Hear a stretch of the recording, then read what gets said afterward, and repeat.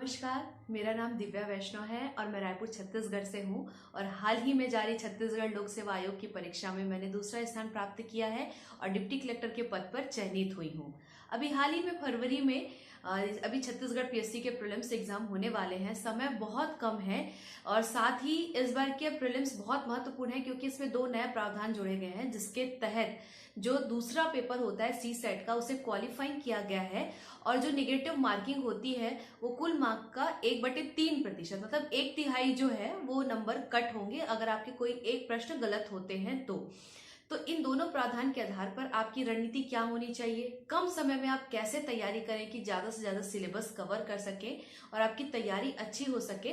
तो मैंने अपने अनुभव और अपने रणनीति के आधार पर एक छोटा सा वीडियो बनाया जिसमें मैं आपसे कुछ बातें शेयर करना चाहती हूँ। तो सबसे पहले हम जानते हैं कि छत्तीसगढ़ लोक सेवा आयोग की परीक्षा के अंतर्गत सिलेबस किस तरीके से होता है, विशेषकर प्रीलिम्स एग्जाम के समय। प्रारंभिक परीक्षा 2 पालियों में संपन्न होती है। पहली पाली में सामान्य अध्ययन से प्रश्न पूछे जाते हैं और दूसरे पाली में गणित, तार्किक विश्लेषण और भाषा से संबंधित प्रश्न शामिल होते हैं।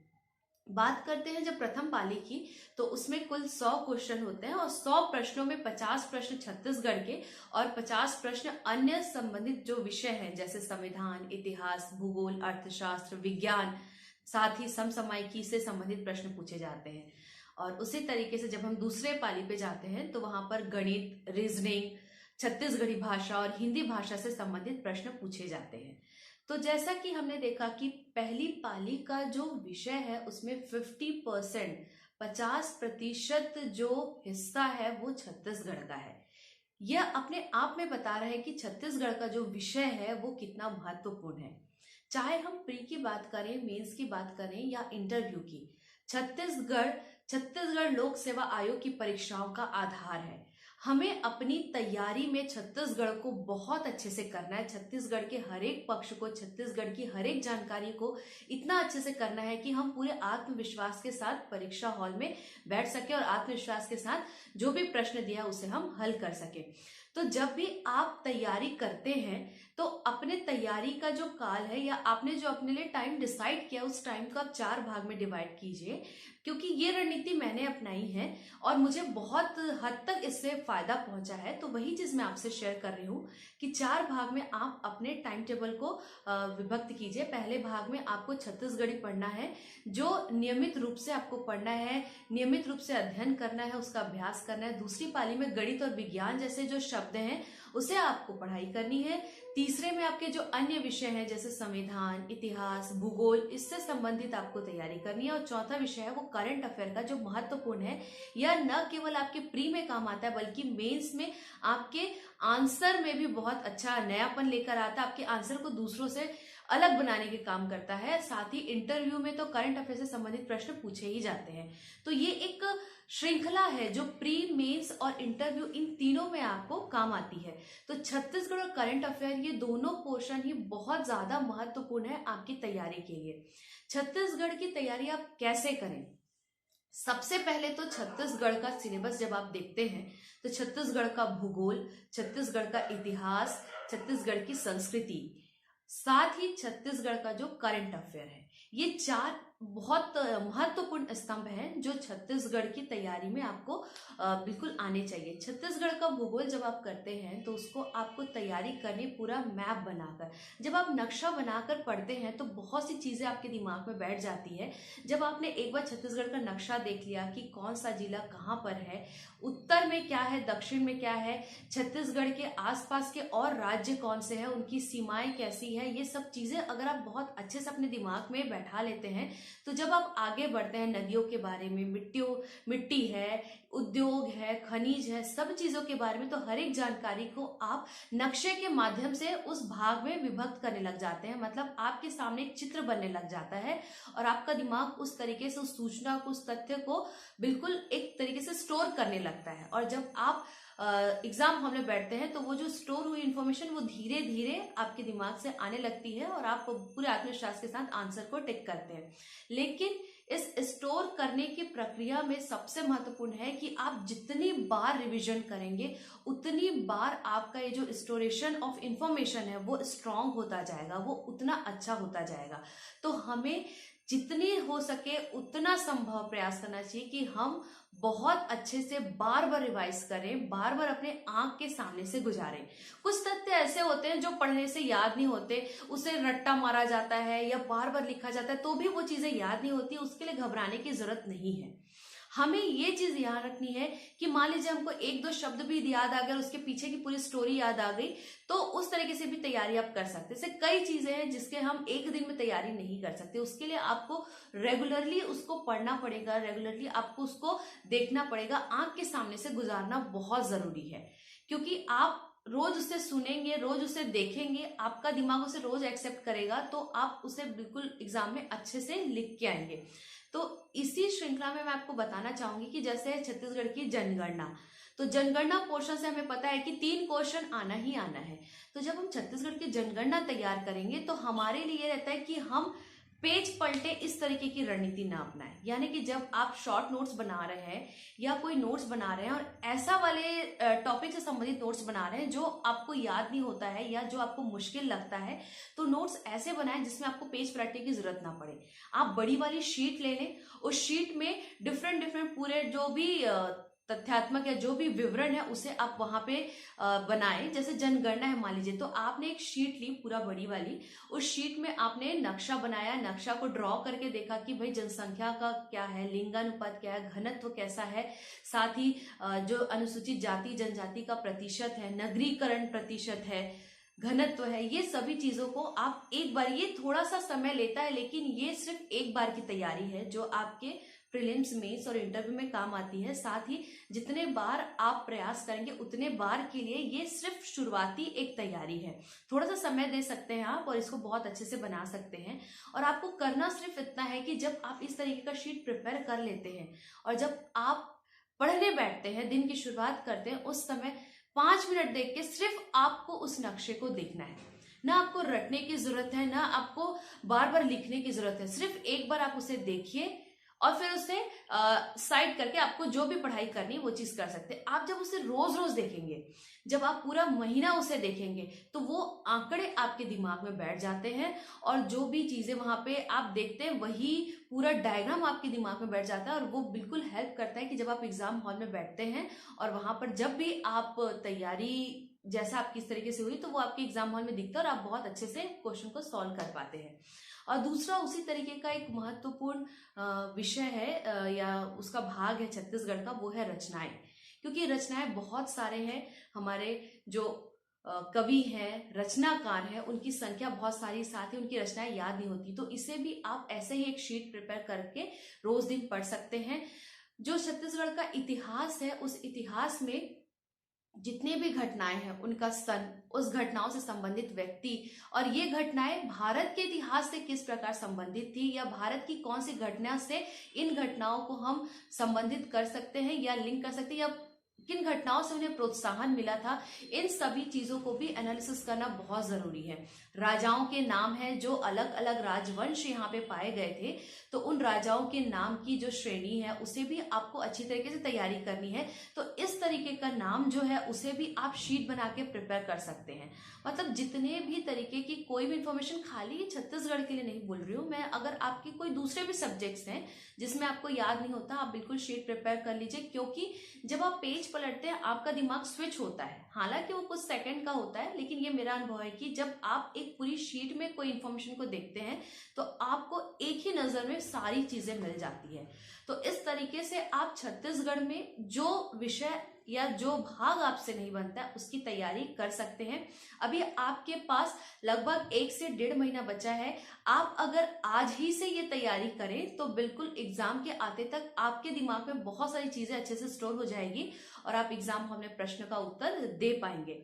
छत्तीसगढ़ के इस पोर्शन के बाद जब हम बात करते हैं अन्य जो विषय है उसे, तो संविधान है, तो संविधान में सबसे महत्वपूर्ण होता है उसके भाग और अनुच्छेद। अनुच्छेद हमें याद नहीं होते, लेकिन अनुच्छेद से संबंधित प्रश्न पूछे ही जाते हैं कि ये अनुच्छेद किससे संबंधित है, या फिर उस प्रावधान को दिया जाएगा कि ये प्रावधान किस अनुच्छेद से संबंधित है। इस तरीके का प्रश्न आएंगे। हो सकता है कि प्रश्न का प्रारूप थोड़ा सा चेंज हो जाए, लेकिन ये प्रश्न जरूर आते हैं, तो आपको अनुच्छेद भी याद करना है। तो छत्तीसगढ़ में जिस तरीके से हमने तैयारी की, वैसी तैयारी आपको संविधान के अनुच्छेद के लिए करनी कि आप शीट में अनुच्छेद को लिखिए देखिए, रोज दिन उसे एक बार देखिए।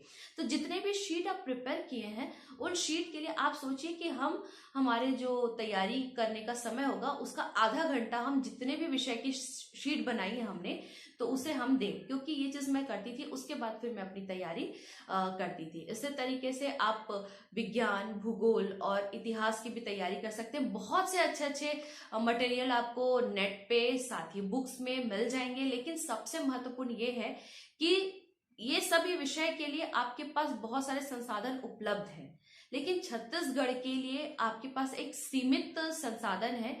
और एक और चीज मैं आप लोगों से बोलना चाहूंगी कि जो भी आपका माध्यम है, भले आप प्री दें, मेंस दें, इंटरव्यू दें, या आप दोबारा प्रयास कर रहे हैं या आपका तीसरा प्रयास है, जो भी हो, लेकिन आपका जो माध्यम रहेगा, चाहे वो अंग्रेजी रहे या हिंदी रहे, आपको अपने व्यवहार में उस माध्यम को लाना बहुत जरूरी है। क्योंकि जो चीज हम दिन भर बोलते हैं, दिन भर जिस वातावरण में रहते हैं, वैसे ही चीजें हमारे दिमाग में स्टोर होती हैं। वही बातें, वही शब्द, वही सभी चीजें हमारे दिमाग में जब स्टोर होती है और जब हम लिखना चालू करते हैं तो वही चीजें निकलती हैं। तो आप अपने जो भी माध्यम है उससे संबंधित शब्द को अच्छे से पढ़िए, अच्छे से याद रखिए, अपने शब्दकोश में जो भंडार है उसे बढ़ाइए, और उसी तरीके से आपको फिर तैयारी करनी है और छत्तीसगढ़ को स्ट्रॉन्ग करना है। अब छत्तीसगढ़ का भूगोल आपने देख लिया कि भाई मैप के थ्रू आपने देख लिया कि क्या है। अब छत्तीसगढ़ के भूगोल में भी जब आप जाएंगे तो सबसे महत्वपूर्ण है कि कौन से राज्य की सीमा लगती है, कौन से राज्य की सीमा नहीं लगती, कौन से जिले से लगती, इन सभी चीजों को देखना। साथ ही नदियां बहुत इंपॉर्टेंट टॉपिक है, क्योंकि नदियों से 2 से 3 प्रश्न पूछे ही जाते हैं।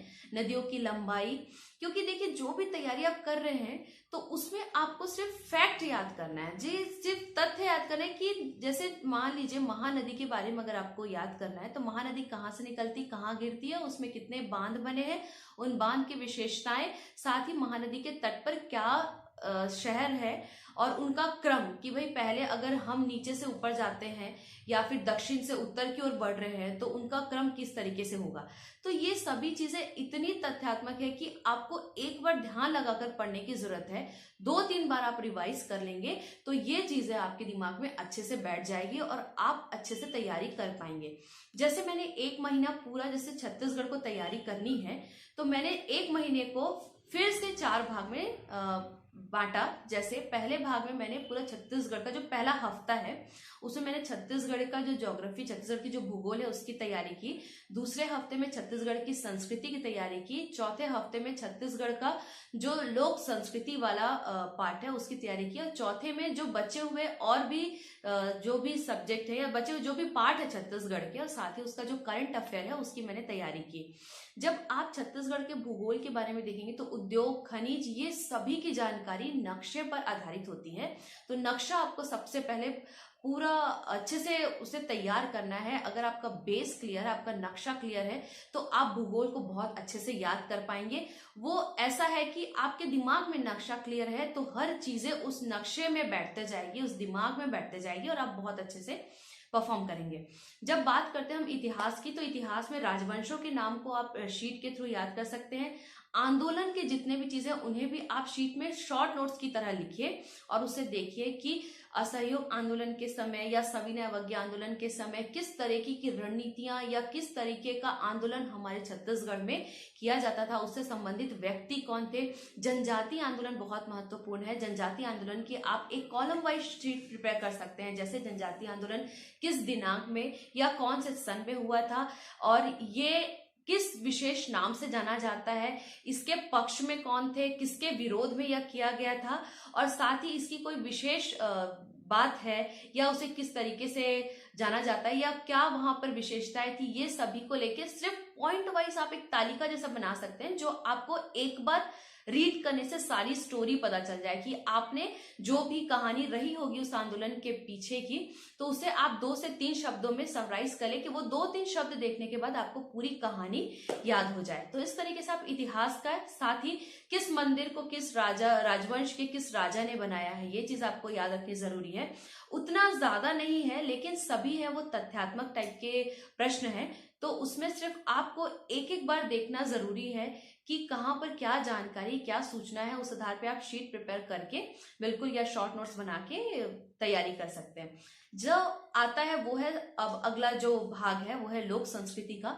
तो लोक संस्कृति में सबसे महत्वपूर्ण है कि पर्व क्या है, जनजातीय संस्कृति क्या है, लोक संस्कृति क्या है, लोक गीत, लोक गाथा, लोक नाट्य और उनसे संबंधित जो कलाकार हैं और कितने कलाकार हैं जिन्हें पद्मश्री पुरस्कार मिला है। साथ ही पद्मश्री जो पुरस्कार प्राप्तकर्ताओं के नाम, कौन से सन में मिला, क्यों मिला, ये सभी चीजें भी बहुत इंपॉर्टेंट है संस्कृति के लिए। क्योंकि संस्कृति वाला जो पोर्शन है वो प्रीलिम्स के लिए ही नहीं बल्कि मेंस में जो हमारा 7वां पेपर होता है दर्शन शास्त्र, समाज शास्त्र और छत्तीसगढ़ लोक संस्कृति का, उसमें भी बहुत महत्वपूर्ण भूमिका निभाता है। और जो छत्तीसगढ़ लोक सेवा आयोग की परीक्षा है उसमें उम्मीदवारों से अपेक्षा की जाती है कि वो छत्तीसगढ़ लोक सेवा आयोग की परीक्षा की तैयारी कर रहे हैं तो उन्हें छत्तीसगढ़ से संबंधित जानकारियां होनी चाहिए, यहाँ की संस्कृति के बारे में समझ होनी चाहिए, संस्कृति के बारे में पता होना चाहिए। तो ये तो प्रतिभागी ही नहीं, हर किसी को यहाँ की संस्कृति के बारे में पता होना चाहिए जिस राज्य में आप रहते हैं। तो ये संस्कृति बहुत जानना, इस संस्कृति के बारे में जानना बहुत महत्वपूर्ण है। और बिल्कुल इन्हीं सभी चीजों पे ज्यादा आप फोकस करें कि जो भूगोल, इतिहास और संस्कृति है। साथ ही अन्य जो पार्ट है उसमें जैसे आपका आता है अर्थव्यवस्था, तो इकोनॉमिक सर्वे जो होता है, आर्थिक सर्वेक्षण जो दिसंबर जनवरी के समय जारी होता है, हर साल जारी होता है, तो उसके आंकड़े को आप बिल्कुल विश्वसनीयता के साथ पढ़ सकते हैं, जिसमें आपको प्रति व्यक्ति आय, राज्य का सकल घरेलू उत्पाद, राज्य के उद्योग, खनिज, सामाजिक क्षेत्र, आर्थिक क्षेत्र, हर क्षेत्र से संबंधित आपको अलग अलग अध्याय दिए रहते हैं। उसके सिर्फ जो स्टार्टिंग के 2-3 पेज होते हैं हर अध्याय के, वो चीज को आप पढ़िए कि कौन कौन सी योजनाएं, क्योंकि वो बहुत विस्तृत रूप में होता है, तालिका और एनालिसिस के फॉर्म में बहुत सारी जानकारी दी जाती है। क्योंकि वो शासन स्तर का एक सर्वेक्षण है, लेकिन हमें एक आंकड़ों से संबंधित और एक सारांशात्मक टाइप से उसको विश्लेषण करना है। तो सिर्फ जो जानकारी आपको लगती है कि ये हमारे एग्जाम से संबंधित है, आप बिल्कुल उसे कर सकते हैं। तो ये आपकी अर्थव्यवस्था की तैयारी होगी।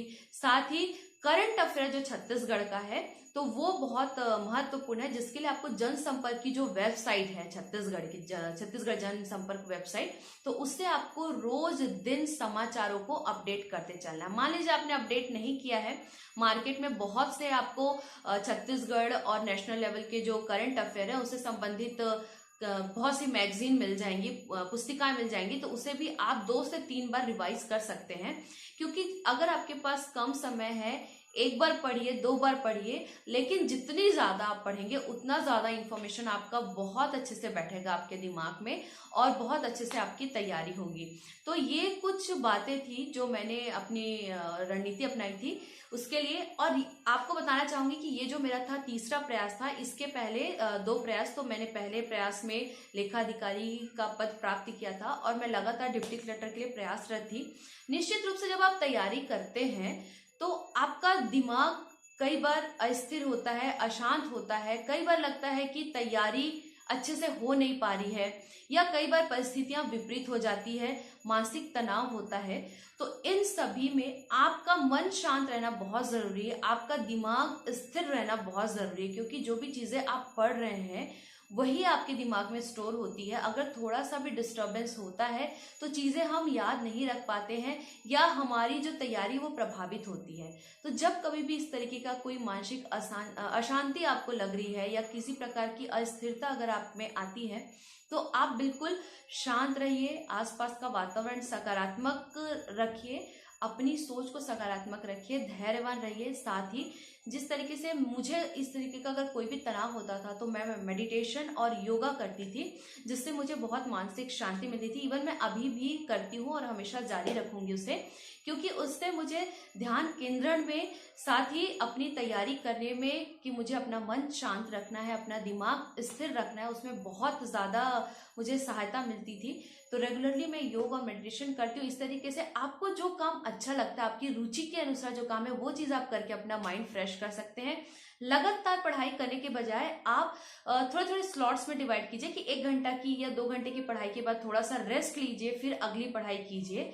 साथ ही जो टारगेट है, बड़ा टारगेट, उसको छोटे छोटे टुकड़े में बांटिए और दृढ़ निश्चय रखिए कि आज का जो मेरा टारगेट है उसे मैं आज कंप्लीट कर लूंगी। तो इस तरीके से आप दृढ़ निश्चय रखेंगे, धैर्य रखेंगे, साथ ही आपको सकारात्मक सोच रखना है। इस बार सफल अगर नहीं हो पाए कोई बात नहीं, यहाँ पर लगातार वैकेंसीज आ रही हैं, तो आपको अगली बार सफल होना है, अगली बार प्रयास करना है, प्रयास निरंतर जारी रखिए, आपको सफलता निश्चित रूप से मिलेगी। तो मैंने अपनी जो रणनीति अपनाई थी उसकी कुछ बातें आपको शेयर की, और प्रीलिम्स के लिए आप सभी लोगों को हार्दिक शुभकामनाएं। आप बिल्कुल छत्तीसगढ़ का जो सब्जेक्ट है उसे बहुत अच्छे से कीजिए। छत्तीसगढ़ से संबंधित आपके पास बहुत सारी जो पुस्तकें हैं वो आपके पास अवेलेबल है, जैसे मुस्कान पब्लिकेशन की, टुटेजा की, अर्जुना की, ये सभी, और सबसे महत्वपूर्ण एक है उपकार पब्लिकेशन की छत्तीसगढ़ जो बृहद संदर्भ है वो। तो ये कुछ पुस्तकें हैं जिसे मैंने पढ़ा है, और साथ ही पढ़ने के बाद आप शॉर्ट नोट्स बना सकते हैं चारों का मिक्स करके सारांश रूप में। तो छत्तीसगढ़ की तैयारी आप बहुत अच्छे से कीजिए। छत्तीसगढ़ की तैयारी जब आप करेंगे तो आपके अंदर आत्मविश्वास भी आएगा। कोशिश कीजिएगा कि 50 क्वेश्चन है उसमें से कम 35 क्वेश्चन आपके बनने चाहिए।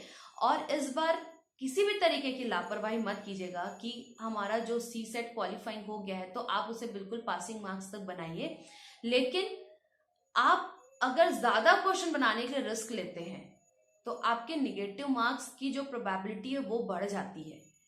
और इस बार आप ऐसा नहीं सोचेंगे कि भाई नंबर तो बस 1/3 कटने हैं तो चलिए 1-2 तुक्का लगा देते हैं तो उससे कटेगा भी तो कम कटेगा, ये नहीं है। यहाँ पे कितने थोड़े थोड़े नंबर से कंपटीशन होता है।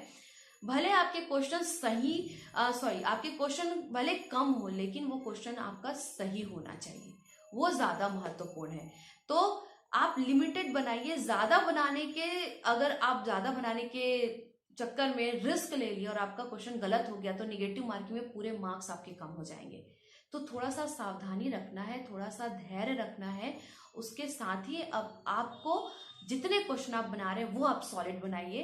कम भी बनता है तो भी आपको सॉलिड रखना है, क्योंकि ये पहला प्रयोग है। इसके बाद ही हमें पता चलेगा कि किस तरीके से कट ऑफ नंबर जाएगा, किस तरीके से हम रणनीति बना सकते हैं। तो इस बार हम कोई आशंका ही जता सकते हैं, इस तरीके से हमारी कोई पूर्व निर्धारित रणनीति या पूर्व निर्धारित बातें हम नहीं कर सकते।